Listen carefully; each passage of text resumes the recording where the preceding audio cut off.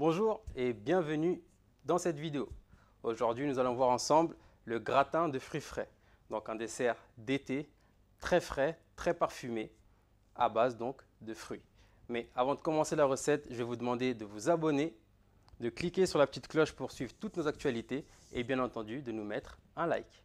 Le gratin de fruits frais est donc un dessert à l'assiette. C'est l'une des premières recettes que j'ai faites en tant que pâtissier. Une recette très simple, vous allez voir, à réaliser à la maison, avec vos enfants, avec vos amis, vous allez voir. Et pour cela, nous allons réaliser une crème pâtissière sans sucre. Le chocolat blanc fera office de sucre, à base de jaune d'œuf pour avoir une crème pâtissière bien sèche, que nous allons mettre au repos. Et après, nous allons monter en sabayon avec du blanc d'œuf. Et nous mettrons nos fruits à l'intérieur. Vous verrez tout ça petit à petit. Donc je vais commencer par mettre à chauffer mon lait. Alors habituellement, lorsqu'on réalise une crème pâtissière, on va mettre du sucre, enfin la moitié du sucre dans notre lait pour éviter que ça accroche. Ce que vous pouvez également faire pour éviter que ça accroche, comme là on n'a pas de sucre mais que du chocolat blanc, vous pouvez passer votre casserole sous eau, donc sur un filet d'eau, vous renversez votre eau et puis ça va créer une petite pellicule qui permettra au lait de ne pas accrocher à votre casserole. Ensuite, deuxième étape, ici je vais avoir mon jaune. Je vais mettre ma poudre à crème que vous pouvez remplacer par de la maïzena, bien entendu. Donc je vais bien amalgamer.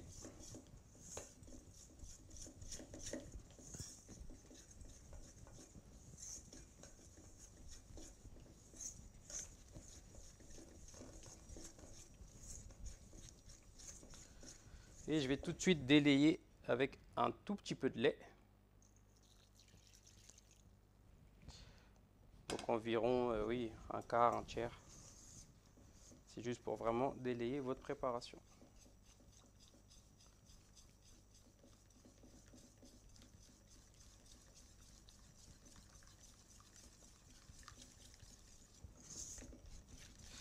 Une fois que c'est bien délayé et que c'est bien homogène, on n'a plus qu'à attendre que notre lait bout et nous pourrons donc ensuite faire notre mélange.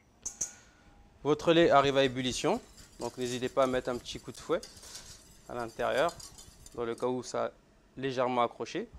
Hop, je vais pouvoir éteindre mon feu. Et donc hors du feu, je vais faire donc mon premier mélange.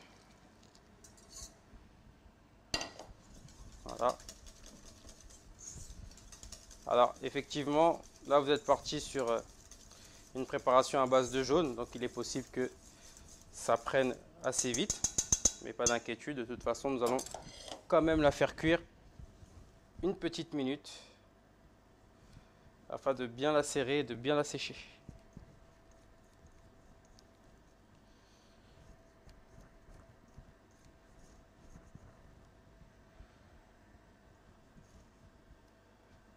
Voilà. Donc je repars sur mon feu. Et là je vais pouvoir cuire environ une minute pour bien la serrer et donc bien la sécher. Donc il faut continuellement mélanger pour éviter la formation de grumeaux.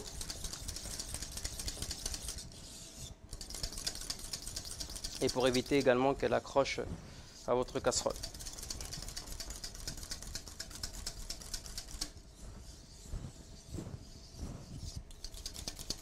Donc là, vous allez avoir les premières ébullitions.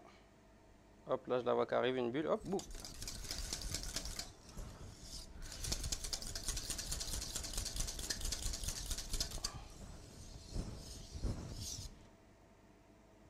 Voilà, donc au bout d'une minute, votre crème est bien cuite. Vous pouvez couper le feu et mettre votre chocolat blanc.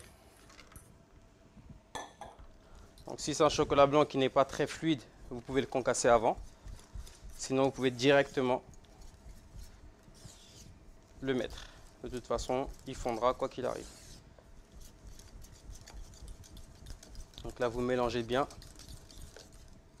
Et je le rappelle, c'est le chocolat blanc qui va apporter le sucre à votre crème pâtissière. Donc ne rajoutez surtout pas de sucre.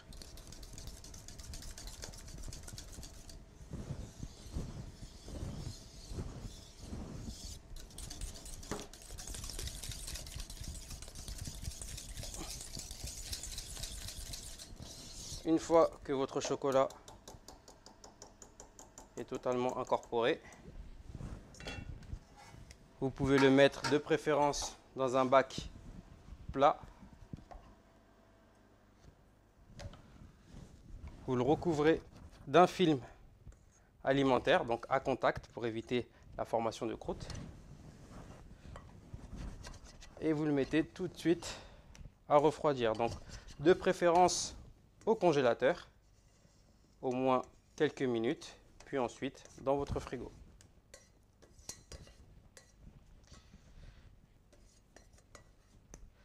Le temps pour moi de filmer cette préparation et je vous retrouve pour les fruits. Donc pour nos fruits, donc je suis quand même parti sur des fruits de saison actuellement. La fraise est de sortie, la framboise également. Nous avons aussi quelques pêches jaunes, du fruit de la passion pour apporter un peu de croquant par les grains et de l'acidité par le jus. Et un citron vert que nous allons donc zester pour donner encore plus de fraîcheur à notre réalisation. Donc je me suis pris un petit bac pour mettre tout ce qui va être épluchure, etc. Donc nos fraises, nous allons simplement les équeuter, mais vous pouvez les laisser telles quelles parce que c'est un fruit qu'on ne va pas mélanger avec les autres fruits. On les mettra vraiment au moment du dressage en dernier. Donc vous pouvez vous préparer vos fraises si vous voulez en équeutant ou alors vous pourrez le faire en direct au moment du dressage. Il n'y a pas de problème.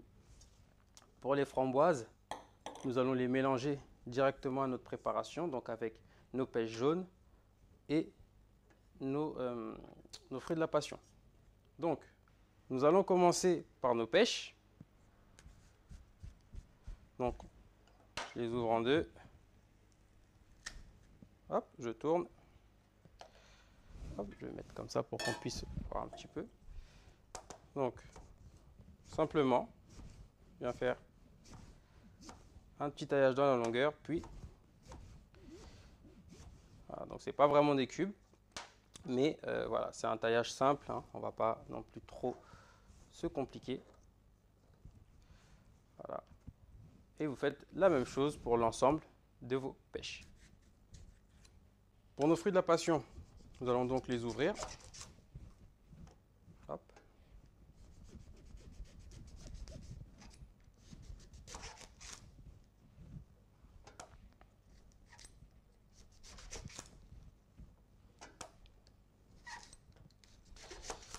Et nous allons simplement, à l'aide d'une cuillère, extraire la pulpe.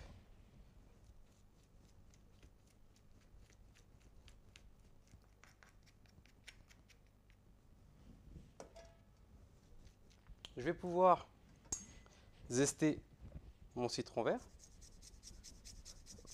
Donc là, c'est à votre convenance également.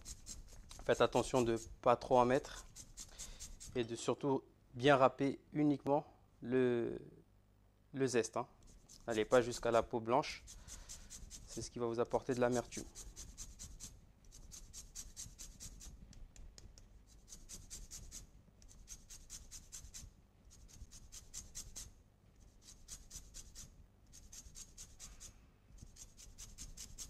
On devrait être pas trop mal.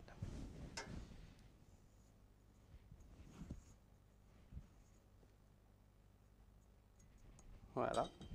Et enfin, on va finir avec nos framboises. Puis nous allons simplement mélanger le tout. Donc sans trop mélanger pour pas trop abîmer nos framboises.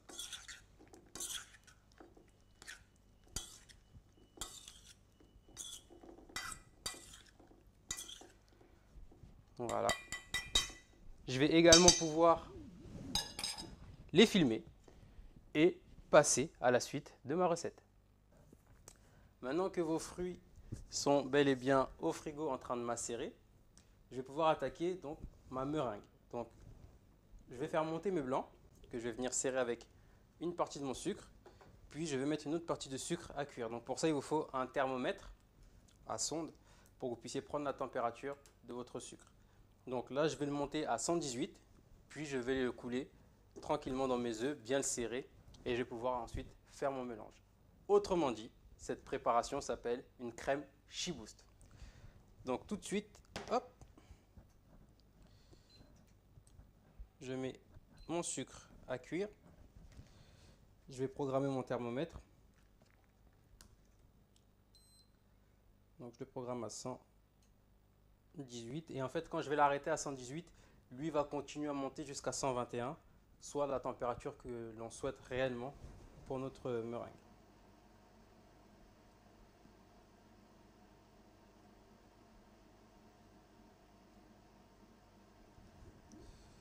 Voilà.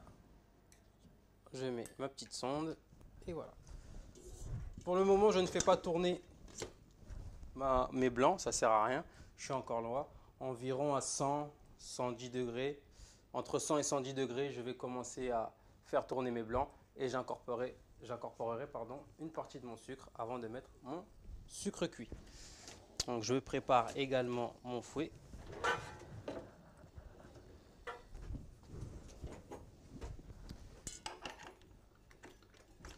Voilà. Hop.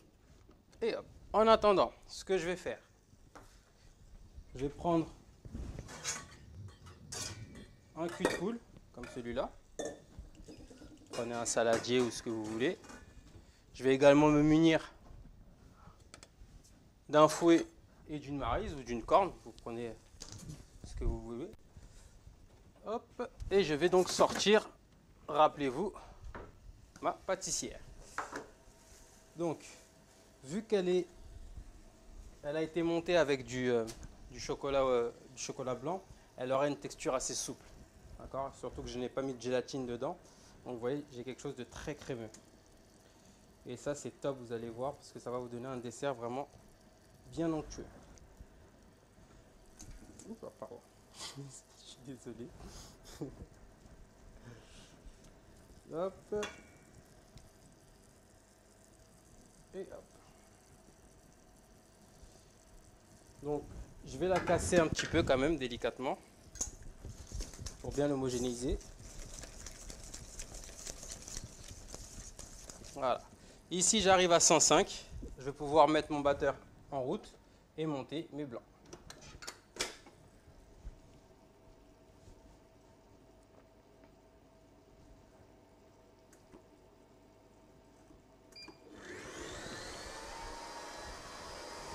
Donc, je garde toujours un œil sur mon sucre cuit. N'hésitez pas de temps en temps à déplacer votre sonde, parce que selon l'endroit, il est possible que vous atteigniez déjà, vous voyez là j'atteins déjà les 115 très rapidement. Donc selon l'endroit, il est possible que votre sucre soit plus cuit à un autre endroit. Donc vous ne vous faites pas avoir dessus. Là je suis à 115, 116, 117, 118. Hop, je vais donc couper la cuisson. Voilà. Je vais laisser les bulles se faire. Ici, je vais pouvoir donc mettre mon sucre, donc la première partie de mon sucre, qui va déjà serrer un petit peu mes blancs.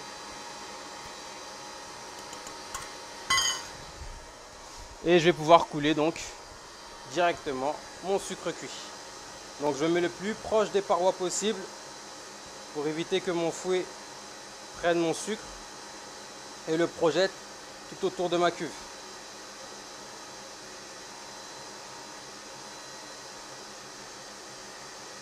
Donc je le fais couler vraiment petit à petit, filet par filet.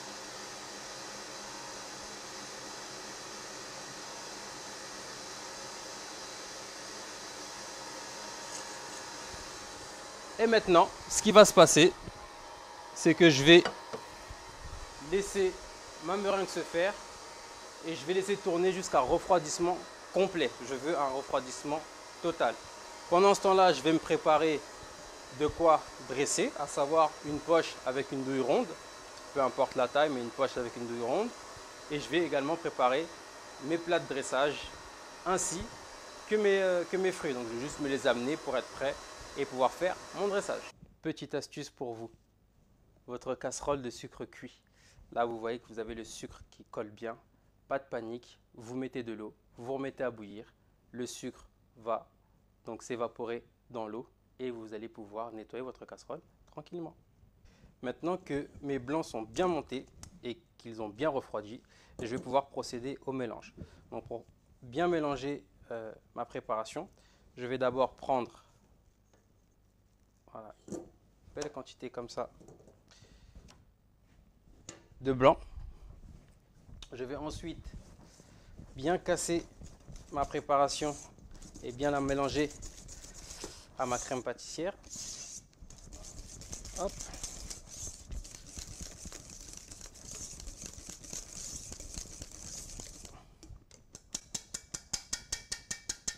Voilà, maintenant que c'est bien homogène et bien lisse, je vais pouvoir remettre le tout dans ma meringue.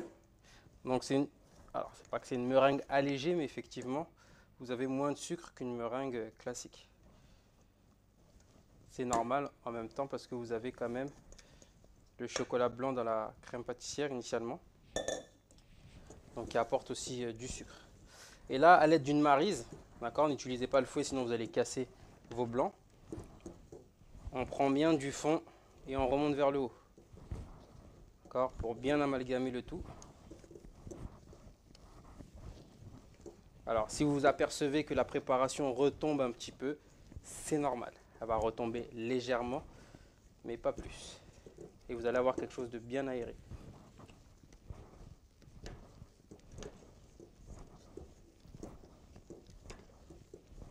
Bien mélanger.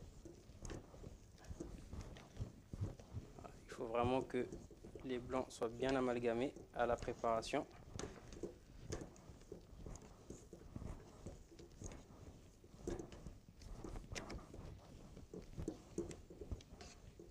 Et vous mélangez jusqu'à ce que le blanc ne soit plus là. Donc ne prenez pas de fouet, ça sert à rien. Je veux vraiment garder ce côté nuageux et très aéré. Donc avec la maryse, ça suffit amplement.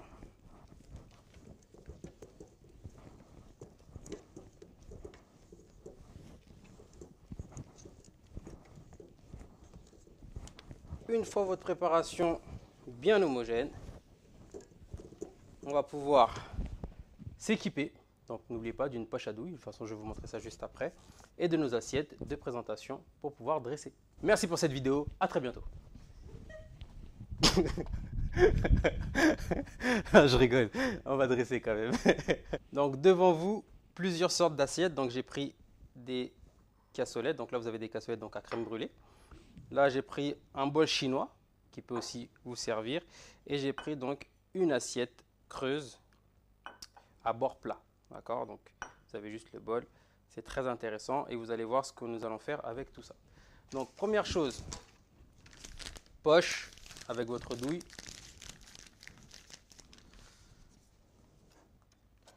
Prenez une corne, on va prendre un peu de préparation et on va venir garnir le fond de nos contenants.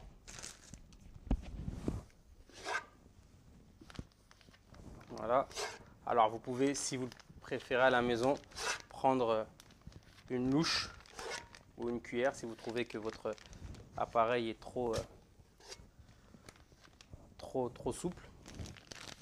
D'accord. Pour ceux qui veulent utiliser une poche, pensez à bien fermer votre poche, sinon vous allez avoir toute la préparation qui va tomber vers le bas. De toute façon, elle ne peut pas tomber vers le haut. Donc, vous mettez un fond, comme ceci. Pareil ici. Et là. D'accord.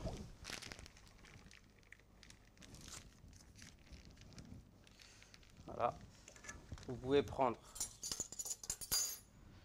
une petite cuillère pour bien étaler au fond.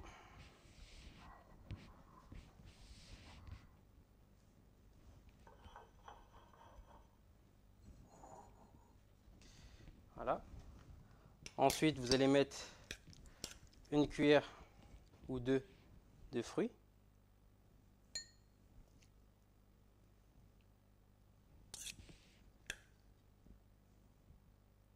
Donc normalement là, vous devez sentir tous les parfums.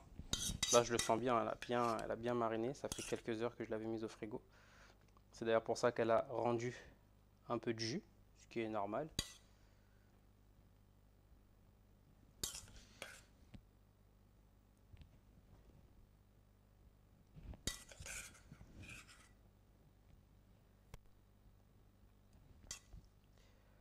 Voilà. Donc vous pouvez bien entendu utiliser les fruits de saison de votre choix. Voilà. Et ce que vous pouvez faire avec le reste de vos fruits, c'est préparer à côté des petits contenants pour qu'une fois que vous allez dresser et servir à table, chaque convive puisse rajouter du fruit par-dessus s'il le souhaite. Donc c'est pas perdu. Ou alors vous préparez une autre salade de fruits si vous souhaitez et vous incorporez ce mélange, c'est tout aussi bon. Donc on va aussi ajouter un peu de fraises, excusez-moi pour le bruit.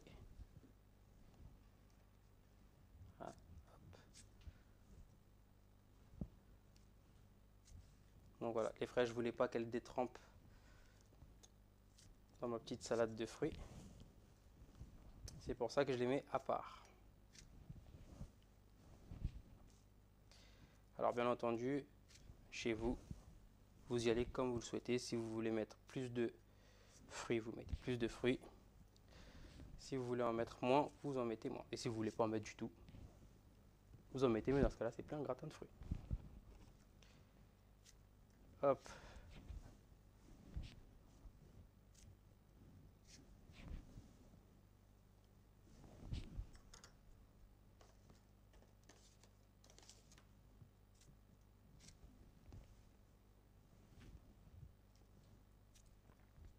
Voilà.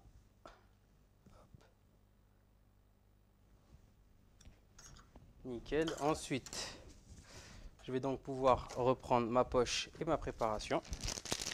Et je vais simplement faire un remplissage par-dessus.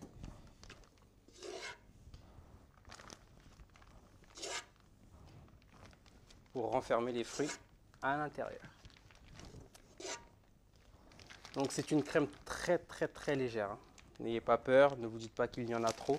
C'est vraiment très léger, je vous assure. Hop. Hop. Hop.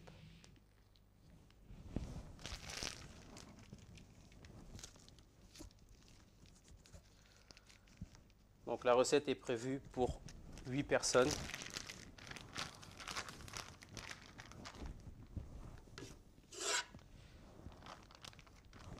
Donc n'hésitez pas à bien remplir vos contenants.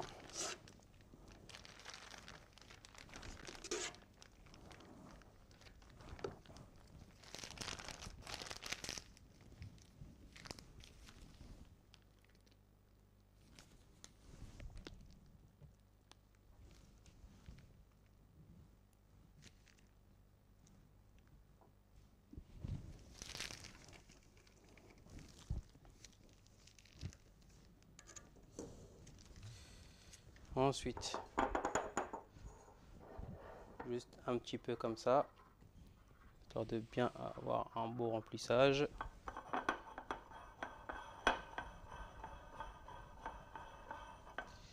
Et tout ça peut partir au frais minimum 2 heures avant de venir gratiner notre préparation. Après 2 heures minimum de repos, vous allez voir que votre sabayon a bien pris. Hein. Donc là, vous voyez, il ne bouge plus. Donc, je vais maintenant le gratiner. C'est pour ça qu'on l'appelle gratin de fruits. Donc, je vais venir comme une crème brûlée avec du sucre cassonade brûlé au-dessus. Donc, je mets un peu de sucre. Je tapote bien pour répartir le sucre.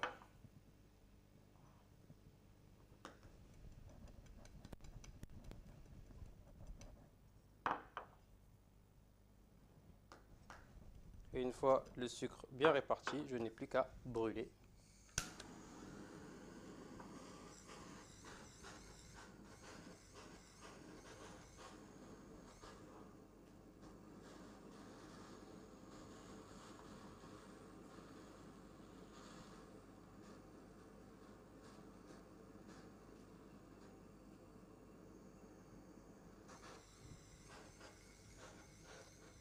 quand ça vous fait ça, si vous avez la même que la mienne, je rappelle que c'est que la bouteille de gaz, la bonbonne de gaz est forcément pleine, peut-être neuve. Donc juste en l'agitant un petit peu, en fait, vous avez cette projection de flamme. Mais n'ayez aucune crainte.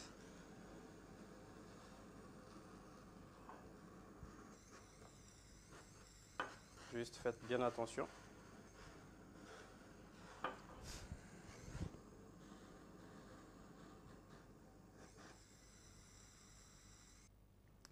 Et voilà comment réaliser un gratin de fruits frais. J'espère que cette vidéo vous a plu. N'oubliez pas de vous abonner à notre chaîne et de nous laisser un petit like, ça fait toujours plaisir. Et n'hésitez pas à commenter si vous avez besoin de plus d'informations ou autre. Moi, je vous retrouve une prochaine fois pour une nouvelle vidéo.